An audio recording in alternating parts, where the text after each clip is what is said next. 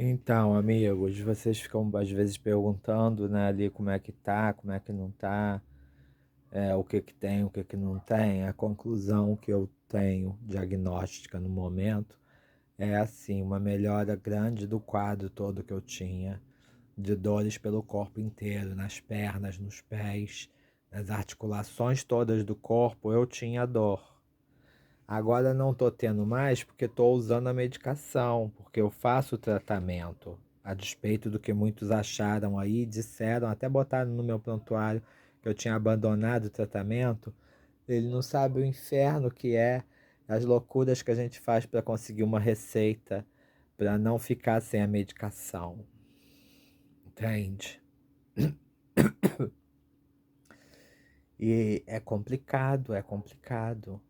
É complicado você ter farmacêuticos que consigam aviar para você uma receita numa emergência, ou um médico online que possa aviar para você uma receita, e não é barato, né? Isso tudo é complicado. Mas a duloxetina me melhorou muito.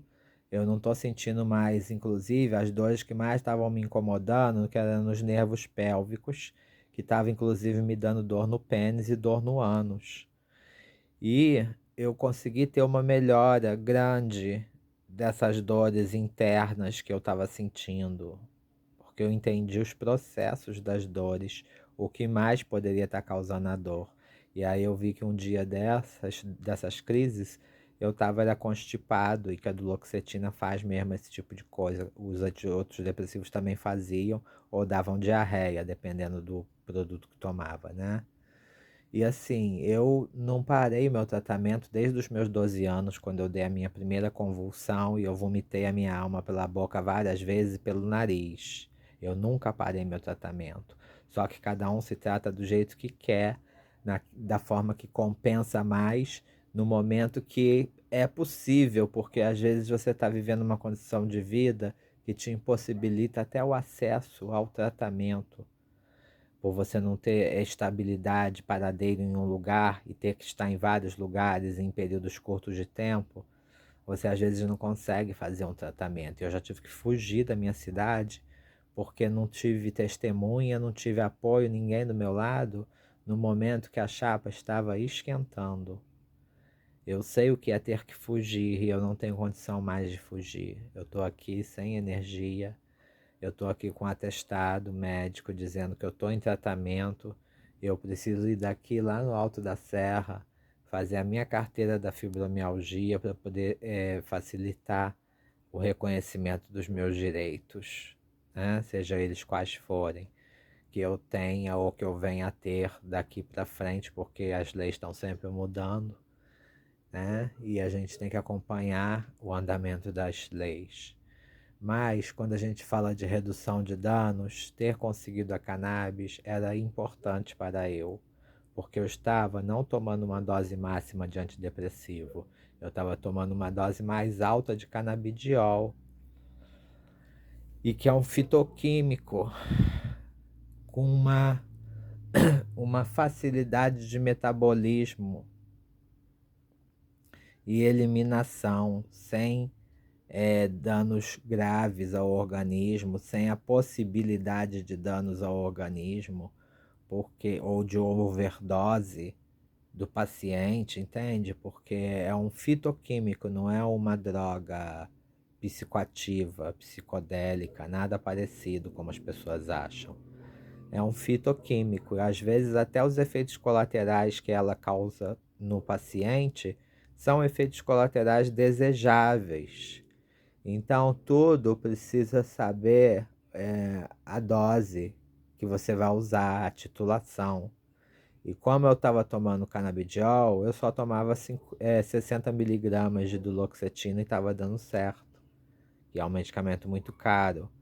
E o governo fornece, está fornecendo, mas nem sempre, ou às vezes atrasa, sai do dia que você precisava da droga. E você não pode ter uma interrupção abrupta. Até porque eu já tive interrupções abruptas e eu passei mal, não foi bom, me deixou surtado, entendeu? De ficar sem os remédios.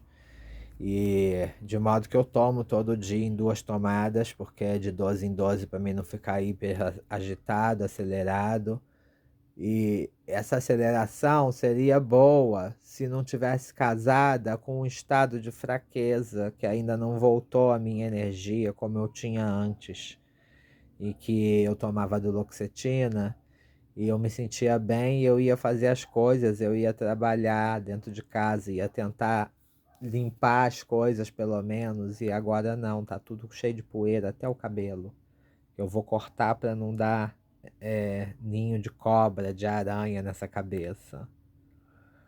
E o que eu faço? Eu sou digitador, entre outras coisas mais, que eu preciso das mãos. Ainda sinto muita dor nas mãos, no braço, enquanto eu deito. Quando eu durmo, tento me virar para o lado direito. Esse braço dói, então eu fico com a parestesia. Então é incômodo para dormir. A parestesia voltou, né, na ponta dos dedos. E aí não é só a ponta dos dedos que eu não estou sentindo, dos 3 dedos aqui, entendeu? É todo o trajeto do nervo na palma da mão, a dor na palma da mão, sobe o braço, vem até o pescoço. É um trajeto de dor com o qual eu convivo e tenho que conviver, porque mesmo eu fazendo academia, malhando com fisioterapeuta do meu lado dentro da academia, entendeu? Mesmo com tudo isso, eu sei até onde os meus resultados foram e até onde era o limite da dor de eu não aguentar mais fazer as coisas. Todos os testes de força, de resistência, de veracidade do que se está dizendo, de verve, tudo isso foi feito comigo em etapas sucessivas, para ter que repetir tudo de novo, né? Então, assim, hoje eu não tenho mais uma dor no pênis, mas ainda tenho uma dor no pubis, né? E às vezes irradia para a perna. Agora, por exemplo, que eu estou sentado aqui, tá doendo, porque eu só me lembro dela quando ela dói, certo? Mas eu vou falar o que para o médico? Que eu preciso de mais antidepressivo se eu já estou tomando um na dose máxima? Estou fazendo a minha dança do ventre e a minha aula de Kuduro para remexer todos os movimentos sensuais dos nervos pélvicos, para eles ficarem de boa, entendeu? Tô mexido porque sinto que o remédio faz uma modificação na gente emocional e do padrão mental. E se eu for realmente um psicopata, vocês estão fodidos comigo, sociedade. Agora eu sei por que que os psicopatas entram com um casaco, com um rifle de sei lá quantas repetições automáticas numa instituição pública é, lotada de pessoas inocentes e faz um monte de merda. Porque eles colocam a pessoa num nível de tranquilidade aparente na superfície do mar, mas embaixo tem correntes de água revoltas que arrastam tudo que cai dentro delas. Entendeu? Então é muito complicado você tentar dar uma droga para uma pessoa sem passar um pouquinho do que ela precisava, entende? E acreditar que o organismo dela elimina tranquilamente essas drogas todas pelas vias que você tem que eliminar, né? Porque a gente sempre escolhe dar um remédio que sai pelo fígado, dar um remédio que sai pelo rim, dar um remédio que sai pelas fezes. Mas às vezes você não tem como. E você tem medicamentos que são excretados por 3 sistemas em conjunto. Se um dos sistemas estiver dando ruim em você, você já fica com uma sobrecarga do medicamento ali, de metabólito que você não conseguiu eliminar. Então, as pessoas ficam perguntando se os médicos são bons. Os médicos são maravilhosos. Eles estudaram 11 anos para chegar a ter uma vaga dentro do sistema de saúde, entendeu? Para ser responsável por centenas de vidas por mês. A gente não tem noção de quantas pessoas eles atendem no mês, mas centenas de vidas por mês e por ano e por longos anos, mantendo essa gente toda num nível aceitável de controle para o funcionamento social da pessoa, do indivíduo, né? Porque quem mais sofre com a doença é a pessoa que está com a doença, né? Ou aqueles que contratam a pessoa que está com a doença, né? Porque ela faz um inferno na vida de qualquer um quando ela não está bem. Se você tem algumas comorbidades em conjunto, facilmente você transforma a vida do seu chefe no inferno. E se possível, faz fechar a empresa. Leva a empresa à falência.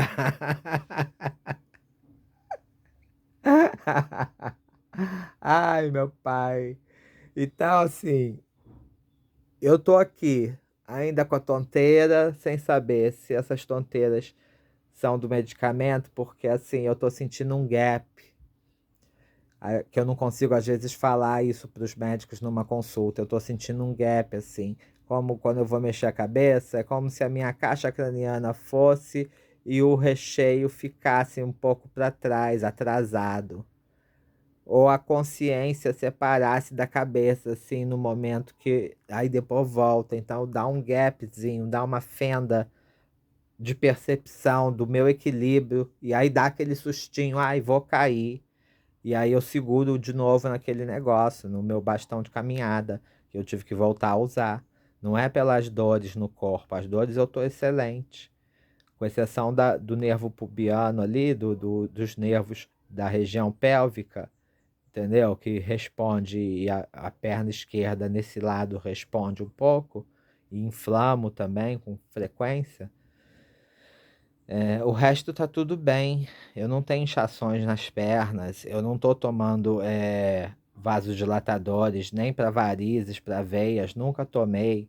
Nunca fui paciente cardíaco, agora eu tô com colesterol todo desregulado, né? Diz que tá muito alto e quase indo para uma anemia. Porque como eu falei, eu não como realmente, eu como muito pouco, porque eu não estou em condições de me alimentar no lugar onde eu estou vivendo. Eu preciso de uma casa. Eu preciso de uma casa com a minha geladeira no lugar que eu perdi na enchente, com o meu fogão que eu perdi na enchente. Eu preciso de uma casa onde eu possa funcionar para fazer tudo, inclusive o meu laboratório de extração de cannabis, que é uma coisa que ainda vai existir, vai acontecer ainda, sozinho ou com coletivismo, com associativismo. Mas eu não estou em condição de me associar para nada, para nenhuma atividade. Eu estou ciente de que eu não estou ainda me vendo na função que eu tenho tentado exercer para mim mesmo e não estou logrando o resultado, que é obter a extração do meu óleo, para a gente voltar a fazer um acompanhamento com o médico prescritor. Para então a gente tentar diminuir essas drogas que eu estou usando. Até lá, eu aceitei fazer esse tipo de droga, porque o médico não teria me passado essa formulação que eu estou hoje se eu não tivesse mostrado o que que o outro me causou de loucura no meu estado interno. Não é só dar uma droga e esperar que a pessoa fique calma, feliz e tranquila com aquilo ali, entendeu? Às vezes você dá uma droga para uma pessoa e isso causa uma depressão no sistema nervoso, e a pessoa já estava tão deprimida, já rezando para a morte chegar e bater na porta, entendeu? E você dançar o último tango com a dita cuja. Que aí alguém vai lá e te dá um remédio para tratar uma fibromialgia, mas um remédio que causa depressão do sistema nervoso. Eu quase morri. Eu odiei, odiarei a pregabalina para todo sempre. No começo estava até bom, com 75. Eu ainda consegui fazer sexo, porque eu fui jogado por um ladinho de mania, de super ânimo. Eu fiquei bem, eu fiquei animado demais, empolgado. Até fiz sexo durante 30 dias, certo? Mas depois que eu comecei o antipsicótico, é impossível ter um relacionamento com alguém. Porque um relacionamento é algo altamente psicopático. Se tem uma coisa que dispara o gatilho de um psicopata, é o ser humano. É o ser humano, de modo que eu não vou para grupo, eu não vou para lugar nenhum, porque eu não tenho forças para ir. Eu gostaria de ir no Alto da Serra agora fazer a minha carteira da fibromialgia. Rezem por isso, por favor, porque eu vou precisar dela. Principalmente se eu vou sair da cidade de novo, como está planejado sair, e já era para ter saído, estou com meses de atraso nesses planos. e eu preciso sair dessa cidade o mais rápido possível. Se possível, com o meu remédio todo na mala, até eu chegar no outro lugar e poder transferir as minhas coisas para lá.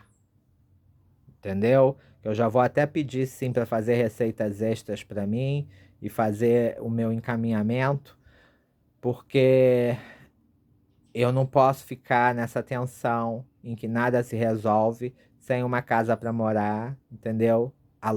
Acampado dentro de um galpão. Eu não posso ficar.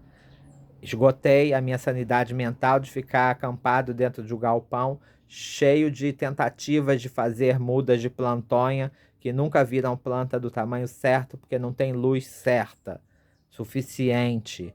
Nem eu tenho recursos para pagar uma conta de luz mensal enorme para fazer um indoor decente que mantivesse a quantidade do meu remédio sendo produzido a cada 3 meses. Essa era a pauta colocada lá no documento oficial do Estado que 5 juízes acataram. E aí eu não sei por que o SUS não pensa na redução de danos e não acata isso, que se eu tenho uma vantagem sobre vocês nesse momento, que é de poder cultivar a cannabis, é porque eu já passei por uma perícia no nível estadual. Então eu não dependo mais de uma perícia municipal. Isso era uma coisa para ser conversada e terem aviado uma receita, pelo menos, para me continuar tentando comprar o meu óleo numa associação. Então, de modo que eu vou ter que ter outro psiquiatra agora, novamente, porque eu vou ter que pagar uma consulta para ter uma receita da cannabis, para a gente falar sobre doses de novo, ele colocar a minha dose na receita nova, para que eu não perca o meu direito de manter o meu cultivo para finalidade medicinal. Então é tudo muito difícil. Fora o valor que, se você não tiver defensoria pública do seu lado, é de 25 a 30 mil reais para conseguir uma audiência com o juiz e com os advogados. Tem a tabela que vocês podem consultar aí, quanto que é uma audiência com o juiz, quanto que é a visita do advogado cada vez que ele vai lá, ou cada vez que tramita o seu processo. Então, eu estou sozinho. Se eu vou ficar sozinho, eu prefiro ficar sozinho longe dessa cidade, desse povo que anda para trás ainda com a energia vibratória das charretes. Então eu não consigo, eu esgotei meu limite de viver, eu não quero viver nessa condição, eu não quero. Não tem remédio que mude esse sentimento, essa sensação de que eu não aguento mais viver nessa condição. Eu posso não estar gritando para a comunidade, chamando o povo de amaldiçoado, entendeu? Porque eles andam menos amaldiçoados depois que eles viram como é que é uma maldição de verdade, entendeu? Se eles tinham dúvida quanto Satanás existia, agora eles têm certeza que Satanás existe. E que o inferno vai contar com a minha liderança do lado de lá. Entendeu? Que eu faço questão de botar lenha nessa fogueira e amolar os meus garfos para receber todo mundo que falou não para mim ao longo do caminho. Sabe? Porque, pô, falar que eu abandonei meu tratamento no momento que eu estou pedindo ajuda, tentando explicar para as criaturas que eu não tive uma F32.3 somente, que eu acho que eu tive uma P40, possessão demoníaca, e eu mesmo tive que fazer a porra do exorcismo. É isso que é saúde mental. Você conseguir exorcizar os seus demônios, ressignificar os seus demônios, chamá-los para chá com bolinho.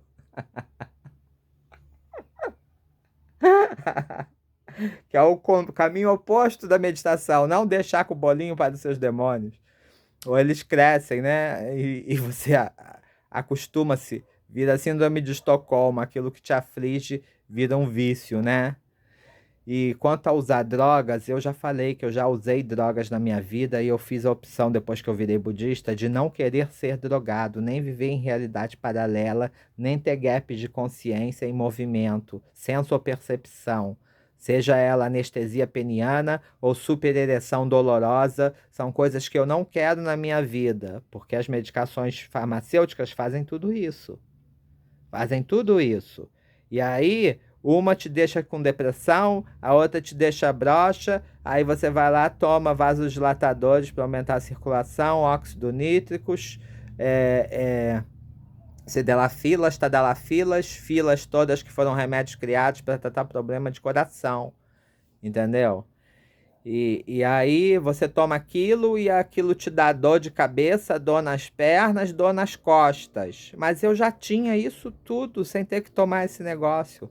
Aí você vai e toma um analgésico porque você teve uma noite de prazer e aí acordou todo arrebentado, todo estourado, com dor de cabeça, dor nas pernas, dor nas costas, porque tomou um vasodilatador.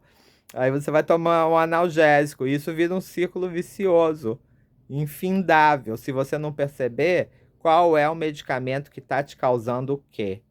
E eu vou dizer para vocês, a média da população nunca vai perceber. Nunca vai perceber porque requer um nível de horas aula. Cuidado se você está tendo comportamentos disléxicos, confusos, mudando de um assunto para o outro abruptamente, você pode estar com sintomas psicóticos. Ai, desculpa, psicólogos, desculpem, mas é difícil. Eu estou passando um momento difícil.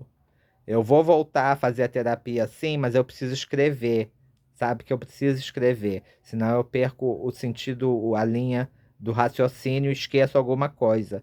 Então eu preciso fazer o dever de casa para falar sobre a minha mãe, sobre a família da minha mãe, sobre relacionamentos com a minha mãe, entendeu? Eu só posso fazer isso depois que eu sentar e botar no papel, para não faltar nada e depois eu ficar com a sensação de culpa de que eu não falei algo importante de verdade para mim, entendeu? Ou que eu já não tivesse dito para alguém em algum lugar, em algum outro momento. Então, por isso que eu vou fazer escrito, para não ter que repetir essa aula de novo. Parei os cursos de cannabis agora, estou cansado, não tenho terra, não tenho vaso suficiente, não tenho estufa suficiente, não tenho cabine para clonagem, não tenho equipamento para clonagem que eu preciso, não tenho mineral para cultivar, não tenho um salário para poder custear essa despesa de fazer um remédio. E eu nunca vi ninguém fazer nem um chá se não tiver a conta de água paga, um bom filtro em casa, ou uma água mineral, entendeu? E um fogão com um gás e a erva para poder fazer um chá. Então, fazer um chá é muito mais do que tomar um chá, é ter toda uma infraestrutura. Então, fazer um remédio requer toda uma infraestrutura e uma condição de paz interior para não explodir uma panela com álcool enquanto faz a evaporação do extrato. É uma calma que eu preciso ter acompanhada de um nível de atenção. Eu não posso estar numa calma, relaxado, sedado, distraído, em que eu posso fazer algum erro ali e a panela explodir. Ou esquecer, deixar o extrato passar do ponto, aquilo esquentar demais e explodir. Explodiu no laboratório com a farmacêutica, nossa professora, responsável técnica. Entendeu? Então, eu não posso estar num estado de drogabilidade, mas eu ainda sinto que está faltando alguma coisa no meu tratamento. E aí eu não sei o que que eu faço. Eu peço um remédio para dormir, que eu só preciso tomar se der o dia que eu passei das 8 horas, das 20 horas, das 22 horas e não consigo piscar o olho está ligado ainda. Porque assim, eu tenho estímulo luminoso, eu tenho um sol dentro do armário. Eu estou dormindo do lado desse sol, praticamente. Eu tenho um horário para desligar ele. Isso já afeta o meu estado todo de preparação de higiene de sono, né? Porque é impossível cultivar sem luz, sem ter um telhado adequado, uma estufa de cultivo, uma área de cultivo a céu aberto. Entendeu? É muito difícil cultivar sem luz ou sem ter boas camas de cultivo, plantas que possam ficar num lugar só permanentemente, sem ter que ficar mudando de lugar. É todo um esforço que para quem acorda todo dia com as mãos inchadas e com parestesia, porque voltou, não vem dizer que isso é só uma ansiedade. Claro que eu tenho motivo de ansiedade. Prenderam 5 quilos de droga aqui a 100 metros da minha casa há poucos dias atrás, entendeu? E não é a primeira vez que isso acontece. Pode ter troca de tiro um dia desses ainda, a gente não sabe. Nunca sabe o que vai acontecer. Quem sabe é quem vive nos lugares. Cada um sabe da sua casa, cada um sabe da sua rua. Então eu gostaria de estar longe daqui o mais rápido possível, para me ter uma paz de cultivar esse negócio desse remédio com as características todas necessárias, num ambiente que até uma fibra de coco seja mais fácil de conseguir do que ter que encomendar pelo Mercado Livre, às vezes, as coisas que fica caríssimo, né? Quando você tem que encomendar fardos de coisas pesadas. Então, é muito difícil fazer alguma coisa em Petrópolis. No que eu tô desistindo da cidade, tá? Não sei se vai dar tempo de eu me despedir de todo mundo, mas eu não aguento viver mais nesse lugar. Não. Se é para morrer, eu quero morrer lá na beira-mar, onde os camarão vão me comer e aí a minha vizinha depois vai me comer, porque ela ama camarão. Eu adoraria ser comido por ela depois.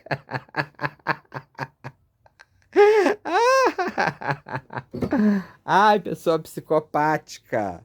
Isso é uma pessoa psicopática. Entenderam? Isso é uma pessoa que está passando mal e que não sabe o que fazer com esse mal-estar, que não está conseguindo trabalhar, que não está tendo renda, entendeu? Não está tendo uma remuneração adequada para manter um tratamento de redução de danos e que, vez por outra, cai na mão do bandido na favela. Porque precisa de sementes para continuar tentando. E só agora descobri um site onde consegue se comprar sementes de confiança que chega em casa, de marcas conhecidas, famosas no mundo, de banco genético, de modo que eu possa provar que o que eu estou cultivando é uma planta rica em CBD e não uma planta rica em THC, por exemplo. Mas eu estou cultivando as duas coisas, eu estou tentando, mas pelas pragas todas, pela falta de nutriente, pela falta de insumo para fazer uma planta engordar e de equipamentos para medir, medidor de parte por milhão, medidor de ppm, medidor de pH, medidor de umidade do solo, higrômetro e medidor da acidez do solo. Sem essas coisas todas, é muito difícil fazer um cultivo indoor. Sem termostato para medir a temperatura do ar e a umidade dentro de uma estufa de cultivo, se você não fizer isso tudo com muita sabedoria, você vai botar fungo no seu cultivo todo. E aí você não vai conseguir extrair um remédio. Vocês estão me entendendo? Vai virar incenso, porque para usar não vai dar. Tá? Então, são variáveis, muito variáveis que eu tenho que pensar, porque eu sou meio alérgico ainda, né? Tem coisa que ainda me dá umas reações, mas hoje em dia muito menos, porque estabilizou essa parte também. Porque a olanzapina também age como antihistamínico. Então, meu nariz não fica escorrendo e eu não preciso ir lá tomar prometazina, que também causa tonteiras. Causa sono também. Entendeu? Mas aí, às vezes, tem que pensar: é para dormir que eu preciso ou é um relaxante muscular que vai então me ajudar a dormir? De repente, eu preciso voltar pro meu Mitru ou pro meu Miozan, certo? Usar uma ciclobenzaprina, mas lembrando dos riscos de que ela também afeta outros órgãos do seu corpo. Ela vai agir não só no seu cérebro, nos seus músculos, né?